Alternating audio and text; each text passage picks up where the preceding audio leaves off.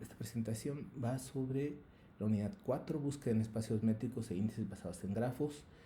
Como con anterioridad se había estado trabajando, pues estamos trabajando en un espacio métrico, con anterioridad estamos trabajando en específico con vectores altamente dispersos que venían de un índice que venían de un modelo léxico y que pues dábamos unas cosas o producía unos vectores muy dispersos. Y eso básicamente quiere decir que, primero que nada, eran unos vectores muy largos, pero con muy poquitos elementos diferentes de cero. Que básicamente era, pues, existe o no la palabra en particular para un documento. Es decir, el documento 1 tenía la palabra fulanita, pues entonces se le pone un peso, etc. Y todos los demás, 0. Y eso, pues, nos permitía trabajar con el índice invertido muy eficientemente.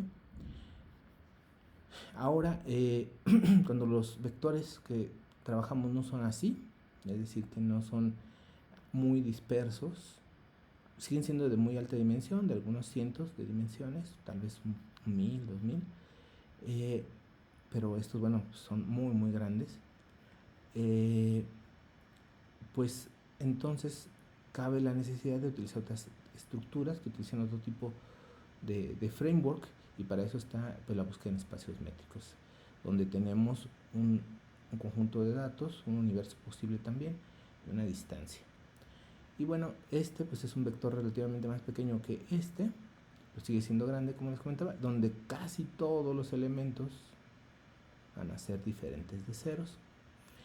Y este es el caso de muchos modelos basados en redes neuronales, redes profundas, de hecho, de última generación, como por ejemplo pues los BERTs, los CLIPS, los GPTs también tienen su etapa. Entonces las redes profundas, pues por lo general aprenden, este tipo de redes profundas que se preentrenan, vamos a poner como un ejemplo los grandes modelos de lenguaje, pues tienen toda una arquitectura muy grande, y por acá al final pues tienen alguna manera de decisión donde predicen o pueden decir que la siguiente palabra, T más 1 aquí le quiero poner, no sé qué salga aquí, o que van a predecir algunas palabras en particular dentro de una frase, por ejemplo esta y esta, como sería el caso de los BERT, sería el caso de los GPT. Y entonces pues tienen muchas maneras allí de aprender, aprenden de una gran colección, pero una de las capas que están más para acá, pues tienen información muy importante, se le llama espacio latente, lo que están produciendo a partir de una colección, donde este espacio latente puede ser ya un espacio vectorial, o puede ser por ahí otra cosa que pueda generar un espacio vectorial, donde ese espacio latente, donde hay un asunto que se puede medir. Es decir, que si sacamos dos vectores pertenecientes a dos objetos que se le metieron por acá, esa distancia tiene un sentido y nos va a pertenecer a un espacio métrico, y podemos aplicar algunas otras cosas que nos pueden apoyar para hacer una búsqueda eficiente. En particular, pues estas son lo que normalmente se tiene en una red neuronal, esas son las propiedades de una métrica, pues que sea positiva, que sea simétrica y que cumpla la desigualdad triangular. La desigualdad triangular, pues, es que un tercer punto, la distancia entre dos puntos, lo podemos decir así como muy coloquialmente, es siempre más pequeña que pasar por un tercero, ¿no? Y pues esto que nos preocupa, o porque nos importa, pues porque generalmente pasar por un tercero, lo que queremos es sacar los vecinos cercanos. Si recordamos, todo nuestro problema puede reducirse a encontrar dentro de una colección grande, llamémosle S en este caso, aquellos elementos. Por ejemplo, este es S, vamos a pensar que es una dimensión 2 y que además es un espacio euclidiano, por ejemplo. Y entonces queremos encontrar ese U.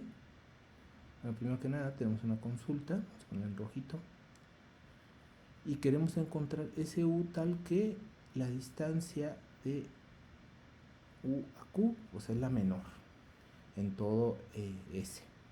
Entonces esto es básicamente lo que queremos encontrar. ¿Y eso qué quiere decir? Bueno, pues Q nunca la vamos a tener a priori. U pues es nuestro elemento de la base de datos, y por aquí vamos a tener una P que sí está dentro de la base de datos.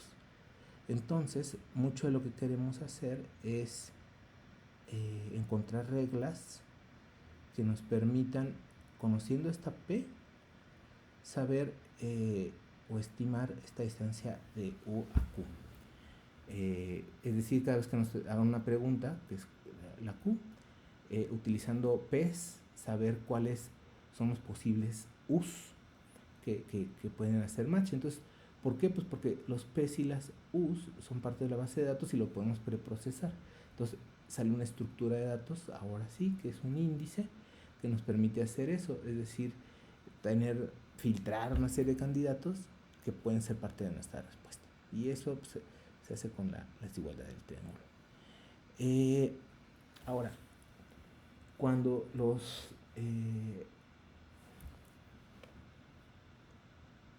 bueno, entonces vamos a poner un poquito más de precisión aquí, o mejor dicho, algún ejercicio o un ejemplito visual. Lo que estamos haciendo es, por ejemplo, tenemos aquí esta P. Esto es lo que vamos a hacer o haríamos normalmente para preprocesar. Tenemos una P y tenemos una Q que pues va a caer, en el mejor de los casos, pues muy cerca de lo que sería la media. Esto de aquí es la distribución de distancias de P a cada uno de los U's que están aquí en la base de datos, y se suele ver como una pequeña campanita, o sea, como una campanita. Tal vez no es una gaussiana, sino es una distribución beta, pero muy similar. Y el punto de aquí es que aquí hay una R, es un radio. Entonces este radio dice, por la desigualdad del triángulo, a ver, voy a hacer con tu color. Esta es la distancia a la que está nuestra Q. Y entonces todos los U's posibles pues van a estar encerrados en a lo más un radio de distancia. Me salen un poquito chuecos, pero ahí está. Esta es una R y de este lado pues es otra R. Entonces, al estar encerrados aquí, vemos la necesidad, tal vez un poquito más suave. Aquí están los U's posibles por la desigualdad del triángulo. Entonces queremos que esta área sea lo más pequeña posible, y como si una distribución de este tipo con campana, las distancias de P a U y obviamente también Q cae ahí, pues entonces queremos muchos o varios P's. Ese es nuestro índice por lo general, que caigan pues por ejemplo en los extremos, la posible Q. Entonces tiene que haber mucha diversidad de P's para que en alguno de ellos esto suceda. O bueno, también puede ser de hecho en esta parte de acá, que sea muy cercano o muy alejado. Entonces, esta técnica se llama de hecho de Extreme Pivots, pero lo que hace es obtener muchos pivotitos de estos o muchos puntos de anclaje que nos permiten hacer esa distinción. Y bueno, nos pasamos del costo tal vez de validar o de revisar todos estos de aquí, que son muchos, a pues esta parte de tener muchos pivotes.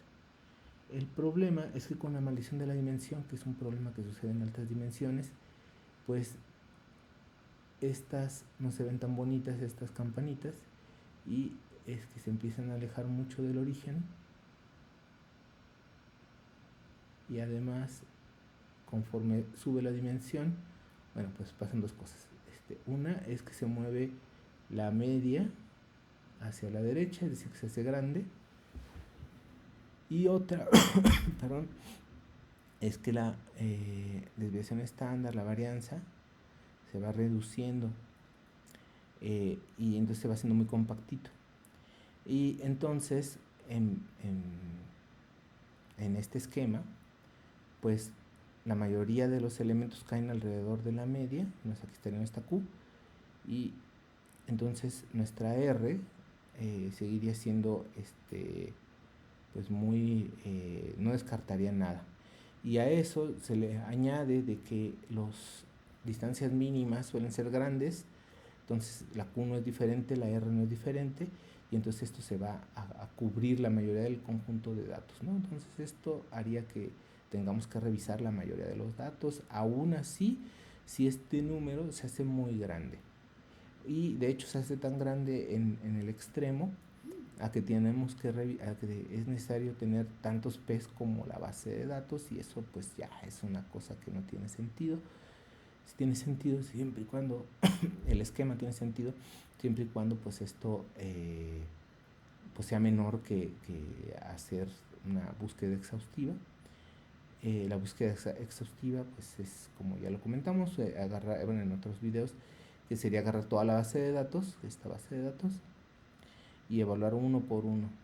En baja dimensión se nota que no tiene sentido, uno puede hacer otras cosas más inteligentes, pero en alta dimensión, como estamos trabajando, no es fácil. Entonces, una búsqueda exhaustiva bien o a fuerza bruta bien hecha puede llegar a ser mucho más eficiente que cosas muy, muy inteligentes que funcionan en baja dimensión. Entonces, bueno, ¿qué hacemos si en realidad está todo maldito? Por eso es la maldición de la dimensión. Está todo maldito y no podemos mejorar. Bueno, pues ese es el caso entonces de los índices basados, bueno, de los índices aproximados en general, y en estos días los índices basados en grafos pues son de lo más eficiente. Hay otros que también trabajan con estas aproximaciones, porque básicamente lo que vamos a hacer es aproximar cosas ahora. Y hay otras maneras, pueden ser hashing, una de las más populares pues es hashing. Y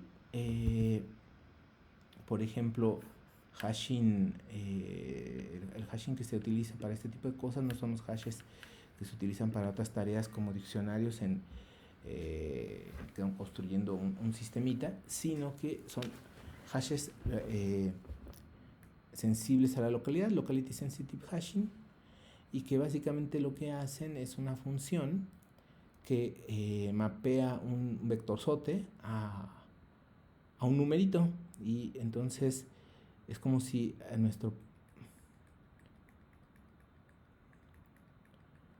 a un numerito con cierta probabilidad va a hacer que todos los que sean cercanos en el espacio métrico original pues caigan en el mismo numerito.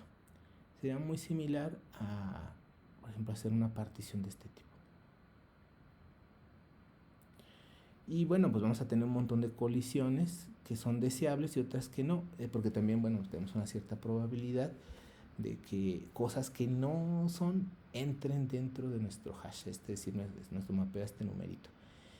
Pero para eso, pues, así como en otras técnicas de hashing, pues lo que hacemos es generar más hashes con otras funciones, de tal manera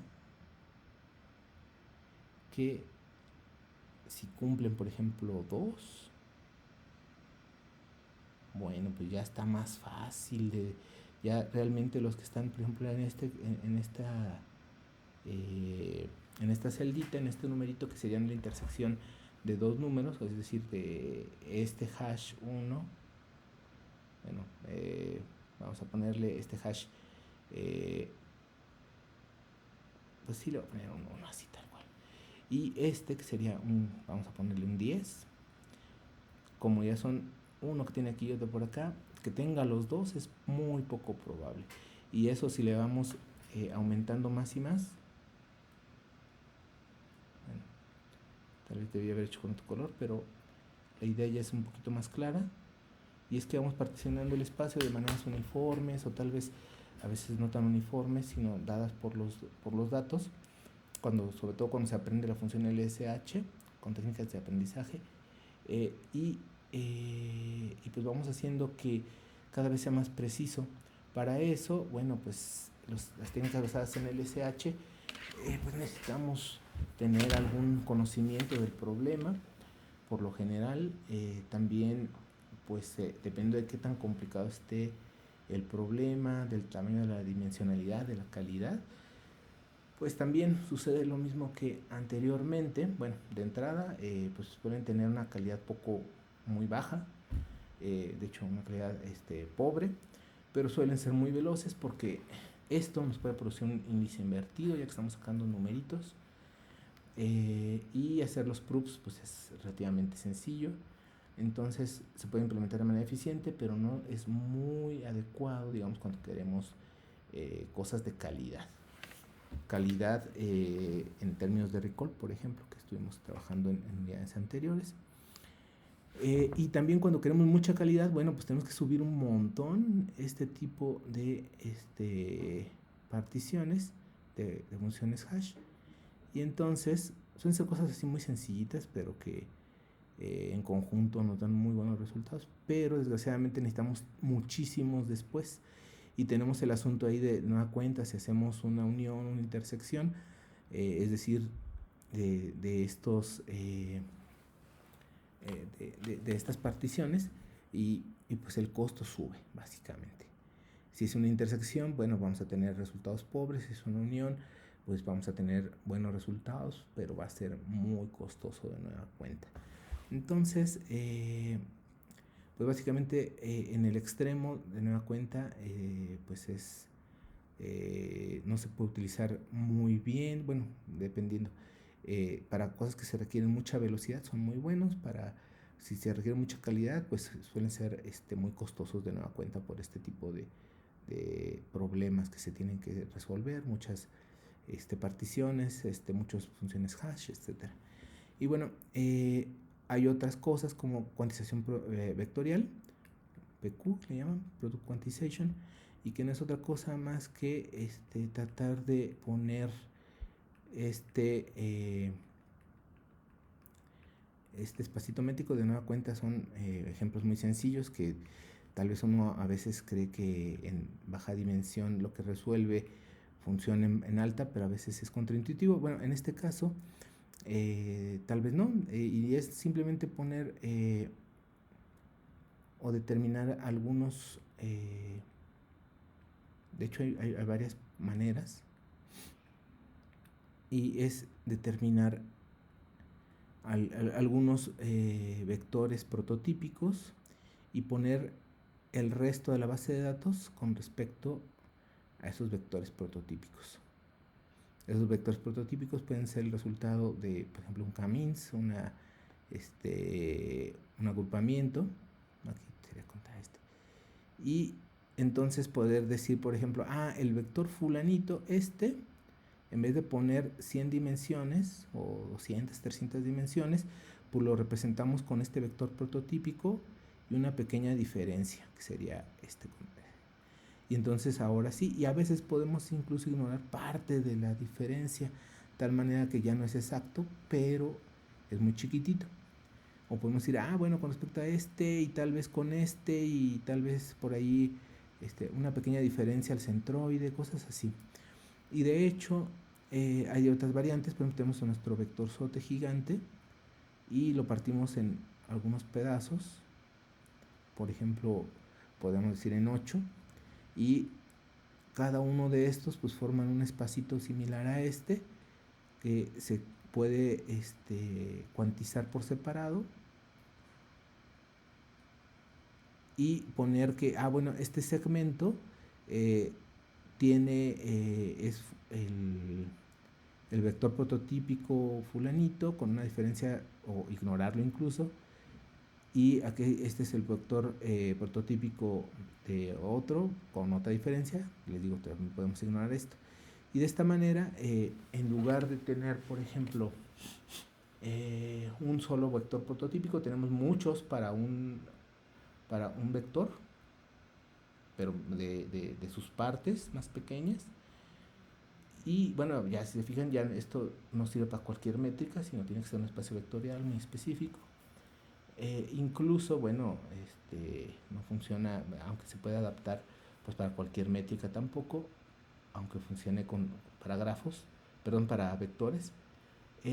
Y de esa manera, bueno, podemos construir aquí o reconstruir más o menos nuestro vector original, e incluso como estos son vectores prototípicos que pueden ser identificados dentro con un numerito, de nueva cuenta, ahora podemos volver a utilizar un índice invertido.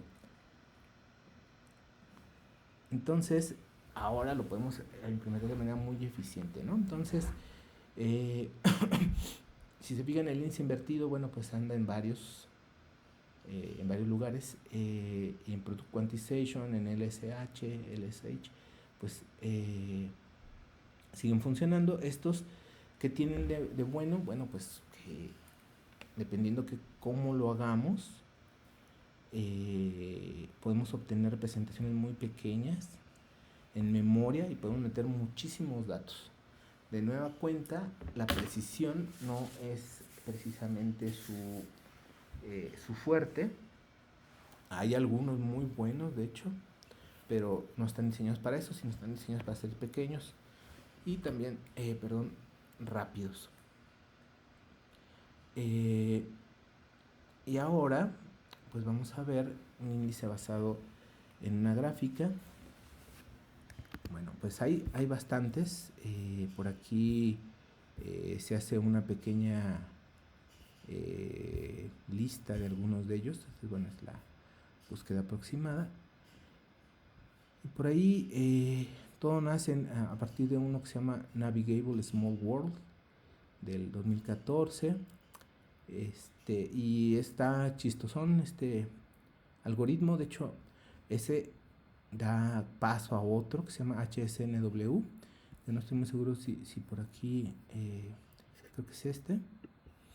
No le puse el nombre, pero es esa estructura jerárquica de la gráfica de NSW. Y bueno, con una pequeña variante en la parte de búsqueda también. Y por ahí nosotros tenemos alguno que es el que se está utilizando en el notebook. Y está basado también en el NSW. Perdón. El NSW o Navigable Small World es una cosa muy, muy interesante y muy sencillita, tenemos una base de datos S. Bueno, primero que nada, cada objeto o cada vector dentro de la base de datos es un vértice en la gráfica, o un posible vértice en la gráfica. Si están conectados, aquí está un vértice, otro vértice, si están conectados, estos dos, bueno, pues es una arista, y la manera de hacerlo es la siguiente. Imaginémonos, bueno, al principio tenemos un 0 o vacío y pues ya, ese no tenemos nada. Añadimos un objeto, bueno, la construcción es incremental. Y esto qué quiere decir, que pues vamos añadiendo un elemento a un elemento. Y añadimos un elemento y eso pues ya es un grafo muy sencillito, tiene mucho chiste, pero ya es sencillo, ya existe en sí mismo. Añadimos U2 y lo que vamos a hacer es conectarlo con el grafo anterior. Vamos a poner aquí como en tiempos. Y vamos en el grafo anterior, pues vamos a conectarlo con su vecino, sus K vecinos más cercanos. Entonces hacemos como esta conexión y es doble, pues es no dirigido. Y luego tenemos en un tiempo 3 y tenemos la U3. Y entonces lo que hacemos es conectarlo. Voy a borrar esto mejor. Y vamos a pensar que el U3 está por acá. Para que no vaya siendo una línea. Y lo conectamos con sus cabecinos. Vamos a pensar que ahorita los cabecinos son 3. Entonces quiere decir que lo conectamos con sus cabecinos. Aquí están. Y ya. Ahora viene G4. Y pues este también lo va a conectar con sus cabecinos, que ahorita son 3. Y luego con G5, que es en su quinto punto, y vamos a poner que está por acá. Entonces, en este caso, ya conectamos con este y solamente con 3, que son sus más cercanos en ese momento, en el grafo, digamos, del elemento -1, que sería este de aquí. Y luego cuando metamos el sexto, bueno, pues por acá va a estar, y vamos a escoger los 3 más cercanos, probablemente este sea.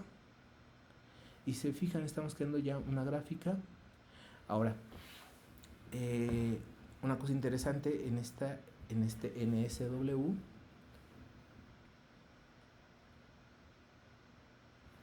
es cómo se realiza la búsqueda.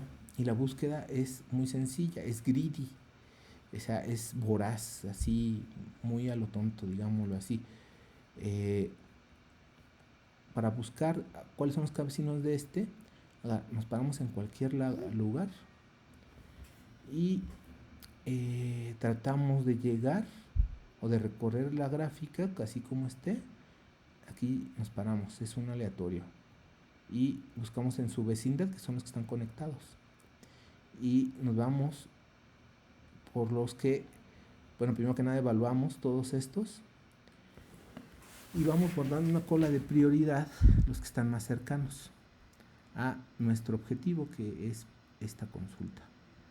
Ahora nos paramos en el más cercano y pues vemos sus vecinos. Ahora este ya lo vimos, entonces este ya no. Tenemos que tener también una lista de ya revisados, un conjunto, y entonces ahora revisamos con este. Y tal vez solo por hacer más sencillo, que ya había llegado, ¿no? Porque ya no pudo obtener evidencia de que este de acá está más cercano que este de aquí. Y entonces en toda esta visita, en toda esta búsqueda, fuimos revisando cosas que se iban acercando, y esa lista de prioridad se va convirtiendo en nuestros vecinos cercanos. Ahora, este mínimo K, tal vez sea buena idea asegurarnos que lo revisamos. Si no, solamente nos quedamos con un vecino cercano. Bueno, con DK es igual a 1, ¿no? Pero, bueno, para grafos grandes esto es muy fácil de obtener, siempre y cuando la K no sea gigante, y para las cosas prácticas, pues, con relación al tamaño de la gráfica suele ser muy pequeño. Y también nos podemos asegurar que tengamos mínimo K. Pero básicamente esto sería el NSW. Hay por ahí todo un estudio sobre las propiedades que deben de tener o que tiene, perdón, esta gráfica o este grafo. Y esto de que nos vamos acercando cada vez más se le llaman caminos monotónicos, una propiedad monotónica, que básicamente es que siempre nos acercamos. Y por muy mal que nos vaya, siempre va a ser una buena aproximación mientras nos vayamos moviendo, porque no dejamos solo dejamos de movernos cuando se hace más malo. Y bueno, pues es a todas luces un algoritmo aproximado que tiene cierta probabilidad de obtener una aproximación, y si es muy mala, que de hecho tiene que ver mucho con un estudio previo para la aplicación adecuada, simplemente, bueno, pues volvemos a repetir con otro inicio y hacemos lo mismo, ¿no? Bueno, perdón, sería así. Y luego pues revisaríamos al revés a todas sus vecindades y probablemente convergeríamos que estábamos aquí. como ya lo habíamos revisado con anterioridad, pues ya no se considera. Entonces, bueno, ya también, y bueno, así es como funciona en una cola de prioridad compartida de los ya vistos. Y de esa manera, bueno, vamos obteniendo, tal vez no hubiera avanzado tanto porque ya teníamos más, pero finalmente esa es la idea. Tenemos aproximaciones poco a poquito, vamos mejorando, siempre va a estar mejorando, y si no mejora, lo paramos. Esto, ¿cuántas veces se puede repetir? Puede ser algo así tan sencillo como lo acabo de decir, lo repetimos hasta que ya no mejore. O si tenemos un estudio previo y decimos, bueno, pues es que para este problema, con lo que me interesa a mí, bueno, con que lo repitamos 5 veces, ya tenemos algo relativamente bueno. Ese tipo de cosas se determinan. Y bueno, ese es los vecinos cercanos. Hay muy malos casos en esta construcción, muy raros, pero los hay. También están estudiados, y para eso está el otro que se llama HSNW, Navigable Small World Hierarchical Small, es una W. Y básicamente lo que hace es obtener la misma gráfica, pero de manera jerárquica. ¿Y eso qué quiere decir? Que algunos puntos los manejan como en otro nivel. Y hay reglas claras para la construcción de la misma. Entonces, mientras que aquí hay, por ejemplo, ya me equivoqué poniendo los colores, pero bueno, vamos a pensar que está así.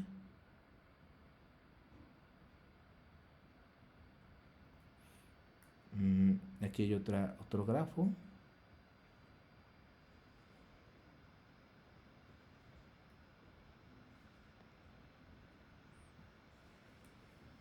Pues por aquí hay otro.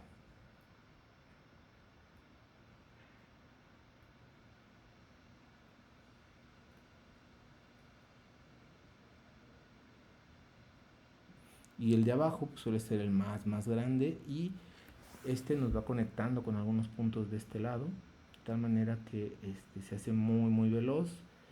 Es jerárquico, empezamos por un punto fijo aquí arriba, y nos va a ir llevando hacia las partículas o hacia las partes más cerradas o más claras en los niveles inferiores, hasta que obtenemos algo muy similar a las zonas que en se vienen dando.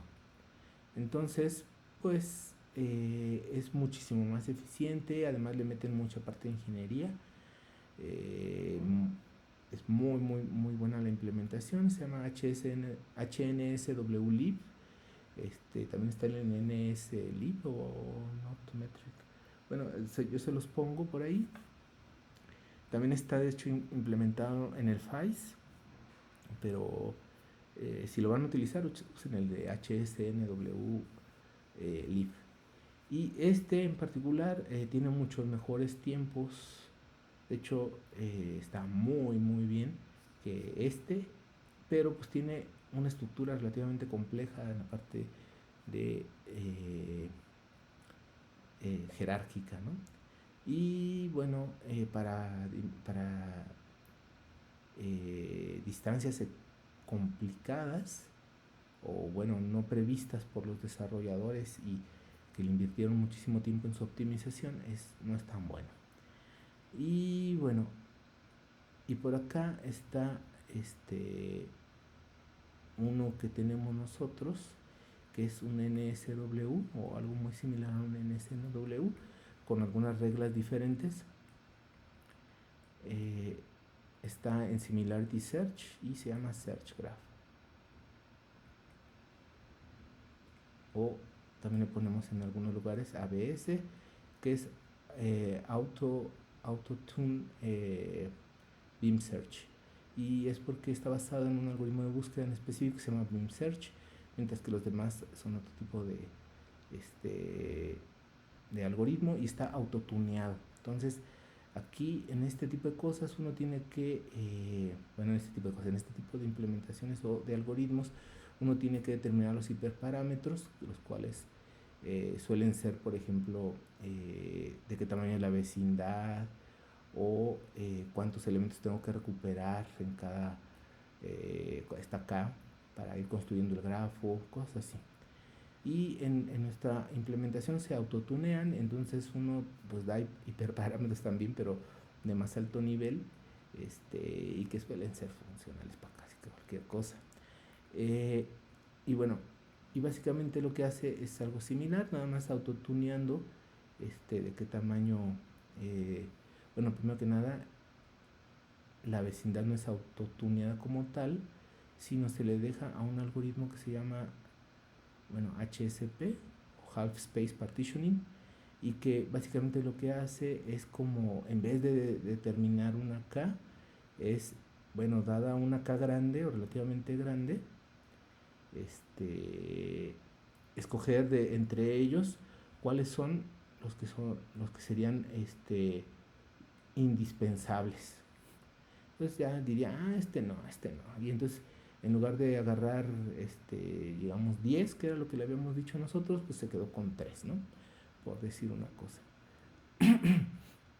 Y que además son buenos cubridores del espacio. Y otra cosa es que en lugar de utilizar, por ejemplo, estos, en lugar de tal vez otros, ¿no?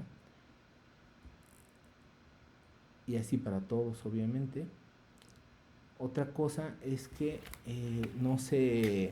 bueno, se puede construir de manera paralela, se puede aprovechar múltiples procesadores, y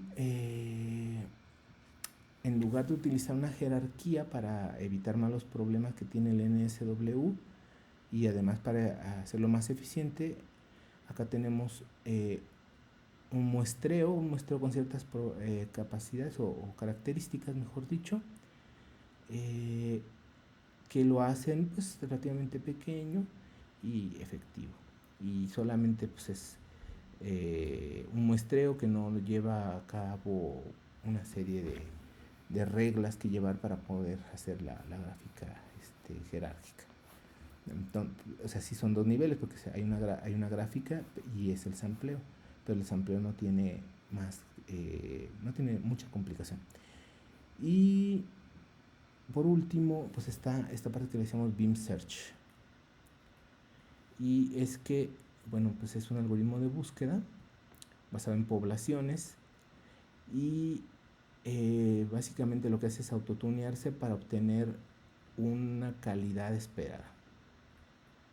Entonces, mientras que estos pues están como pues, súbele más, aunque cueste más, con que tengamos cierta calidad, ya lo hicimos.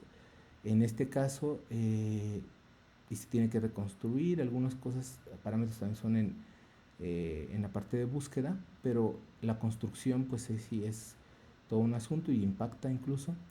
En el Beam Search pues lo hace de manera automática, y lo que hace es estar haciendo bajo ciertos parámetros búsquedas cada cierto, bueno, de manera exponencial en realidad, cuando va creciendo de manera exponencial ajustamos parámetros. Estos parámetros tienen que ver con el algoritmo de búsqueda, que es el Beam Search, y que es precisamente la cantidad de elementos de la población y algunas otras cosas por ahí extra, pero va fijando a una calidad esperada, es decir, a un recall. Y ¿qué obtenemos? Bueno, pues para un recall máximo, por ejemplo, le podemos decir, bueno, yo quiero más bien mínimo, yo quiero un 90% de calidad, ¿no? O de recall. Y entonces va a obtener, o va a intentar obtener una estructura que sea muy veloz con respecto a esa calidad mínima esperada. Entonces podemos poner una baja calidad y se va a hacer muy rápido, una alta calidad se va a hacer pues más lento, y en experimentos que tenemos pues es muy competitivo, incluso con el HSNW, que es el estándar industrial ahorita. Tenemos esta facilidad de construcción y también de modificación al momento de la búsqueda. Es un poquito más pequeño que el HSNW, más rápido de construir, pero bueno, pues ahora sí que no está tan optimizado en algunas funciones. HCNW está muy optimizado, pero cabe señalar que, por ejemplo, bueno, pues sigue siendo muy competitivo incluso para para las distancias populares, pero para las distancias que no son tan populares y que no tienen una versión super optimizada, que no es nada trivial en el HSNW y en otros similares, pues nuestro ABS es muy veloz, y pues básicamente en ese tipo de problemas pues no tiene cercanos. Y bueno, una de las cosas interesantes en ciencia de datos es precisamente variar qué es lo que queremos decir como distancia. Entonces está diseñado básicamente pues, para que uno pueda hacer este tipo de experimentaciones. Bueno, entonces, bueno, pues ese es las gráficas o los grafos de búsqueda. Les comento que hay que verlos funcionar, ahí los tengo. Incluso no estoy seguro si tengo ejemplos aquí, o bueno, en esta, pero ustedes pueden ver algunos otros ejemplos. De hecho, sí tengo un ejemplo, pero a ver.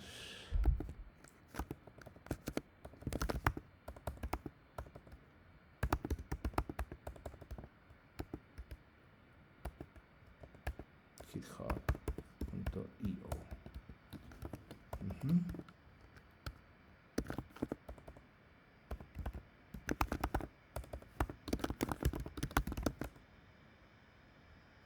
Entonces, si ustedes se meten a esta dirección, pueden ver varios ejemplos sobre, bueno, aquí ya vamos en la versión 11, pero no la actualicé. Es una pequeña lista de demos, bueno, y unos tutoriales para que lo empiecen a utilizar, desde los ejemplos más básicos, construcciones y visualizaciones en diferentes distancias, y demostraciones un poco más elaboradas. Bueno, con datos sintéticos por aquí están, con algunas cosas de números primos, visualizaciones más complejas que luego las vamos a estar viendo también en este curso, y otras cosas como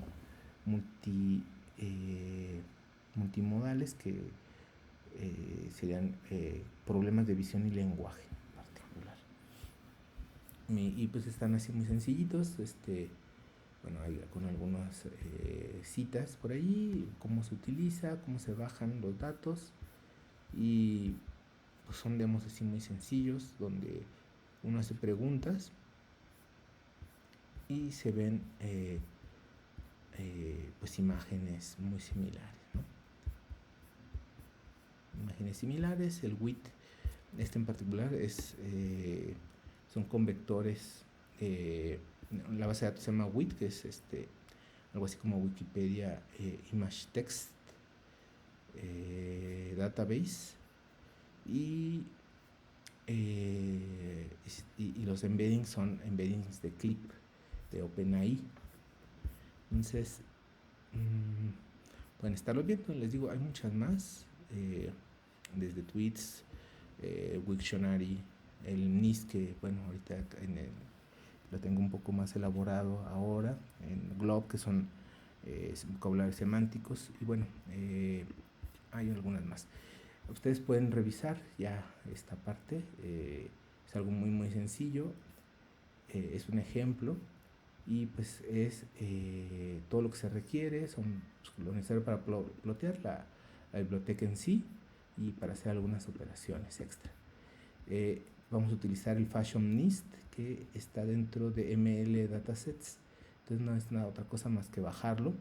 Les va a preguntar si están de acuerdo con bajarlo y con los términos de uso, pues le tienen que poner que sí. Y bueno, pues después simplemente agarramos la base de datos, hacemos un reshape, o sea, como le cambiamos la forma, para hacerlo de manera vectorial. Son matrices, es un tensor de hecho, pero está muy sencillito, entonces así lo cambiamos de forma. Y en esta función se crea el índice. Se fijan, le estamos dando la base de datos que le llega, la distancia que es L2 pero al cuadrado, para evitar hacer la raíz. Y bueno, como de todas maneras el mismo orden se preserva, y lo indexamos, optimizamos el índice para tener un recall mínimo. Y bueno, aquí ya sería la celda donde realmente lo carga y donde se crea ese índice. Y el search and display no es otra cosa más que hacer la búsqueda. Ahora sí le damos un resultado, el índice, la consulta. El resultado solamente es la estructura donde vamos a guardar, es decir que no, ahorita no influye, pero sí es nuestro resultado lo que queremos utilizar. Bueno, la estructura donde vamos a guardar en la búsqueda, aquí está la búsqueda. Hacemos la búsqueda, le damos el índice, el vector de una imagen de MNIST. El MNIST, para quien no lo tenga en mente, es estos números escritos a mano que se utilizan mucho tiempo para un ejemplo de visión computacional.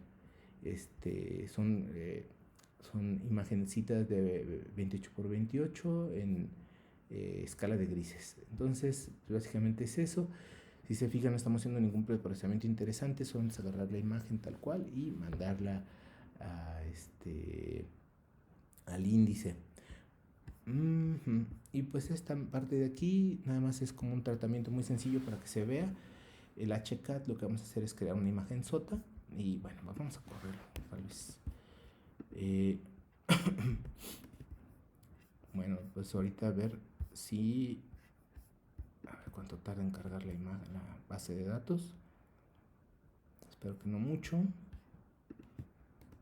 De hecho no es muy grande, son creo que 50,000 elementos. Aquí está creándolo. Si se fijan, pues va a dar alguna pequeña salida para que sepamos qué está haciendo. Por ejemplo, B-Size es el tamaño de la población que les decía para el algoritmo de Beam Search, y delta también por ahí tiene algo que ver.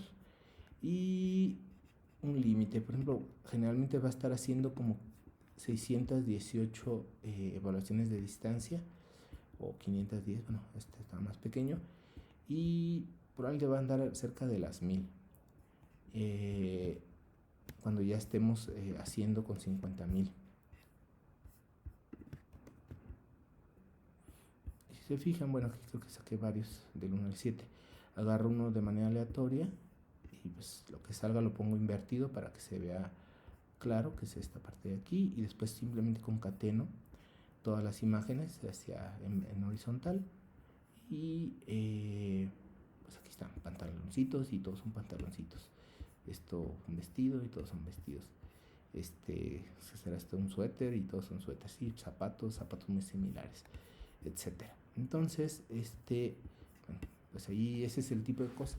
Y entonces me equivoqué, no es el NIST, ese es el Fashion NIST. ¿Y eso qué quiere decir? Que bueno, pues es alguien ahí para encontrar diversidad utilizó pues ropa y sustituyó el problema de NIST, que era que les comentaba de dígitos escritos a mano, por ropa, pero que tuviera como las mismas características del tamaño, del tipo de dato, y entonces por eso se llama Fashion, pero NIST. Y entonces ese es el conjunto de datos que estamos utilizando en realidad. Para el asunto del desempeño, cargamos el test, que son 10,000 elementos. Y bueno, por aquí digo que se van a correr 2 veces, o que se deberían tal vez de correr 2 veces, para que no, de hecho sí lo hago. No es cierto, no lo hago. Es con la fuerza bruta, que sería nuestro algoritmo base para comparar. Si se fijan, aquí sale compilation time, un buen. Entonces, ese tipo de costos pues viene implícito en un lenguaje como Julia, que compila, pero se amortiza con el número de consultas. Básicamente ahorita ya no van a salir cosas de compilación, y vamos a ver la diferencia entre search, entre la búsqueda bruta y el algoritmo de búsqueda. Si se fijan, bueno, de 6.8 segundos pasó a 0.1 y bueno, tiene más alojamientos por aquí, no sé por qué, pero luego lo podemos, bueno, yo lo puedo ver, y tiene una calidad de 0.83, entonces hay una pérdida. De hecho no llegó al 0.90 que yo le estaba comentando, pero es un asunto pues ahora sí que de un train test, ¿no? O sea, siempre va a haber se va a mover un poquito. Y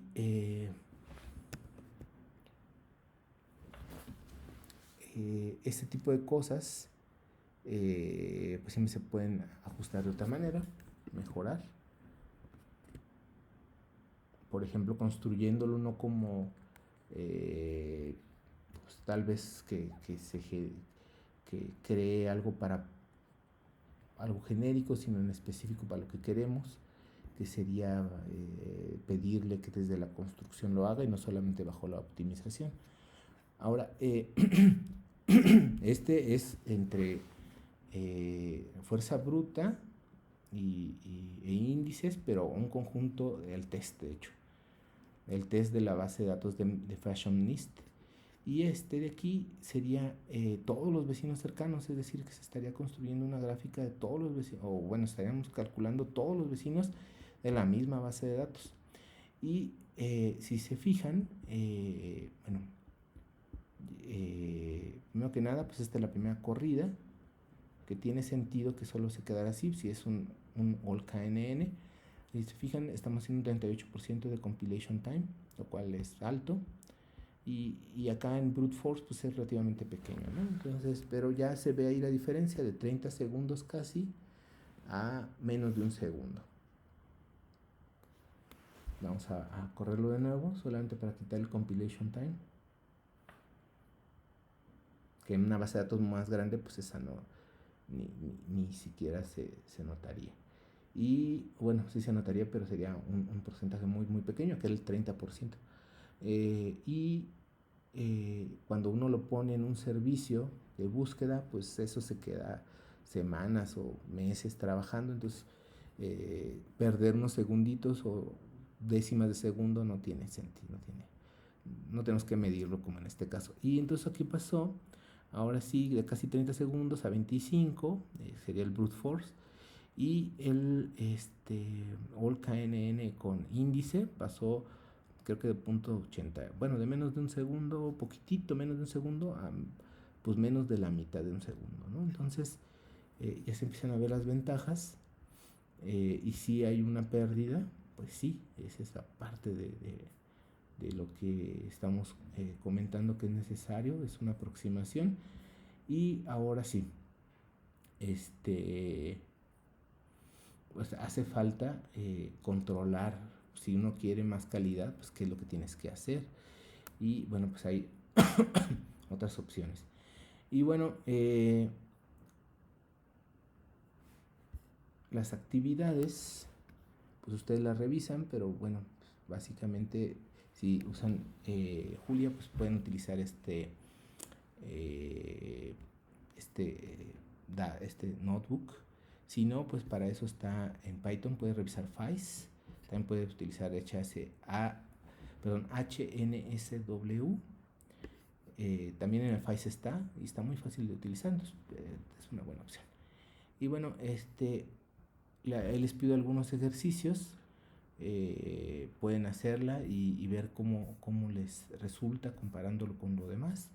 Se le piden algunas cosas en específico, probablemente más en específico. Voy a poner mi otra, aquí está. Y bueno, pues creo que por ahí les pido que utilizan en particular CIFAR 100, y en LML datasets está CIFAR 100, y también en Python está muy fácil de conseguirlo. Entonces por aquí les pido que revisen algunas cosas en la literatura y que lo pongan pues por ahí, todas sus observaciones y reflexiones. Y bueno, pues muchísimas gracias. Sería la unidad 4.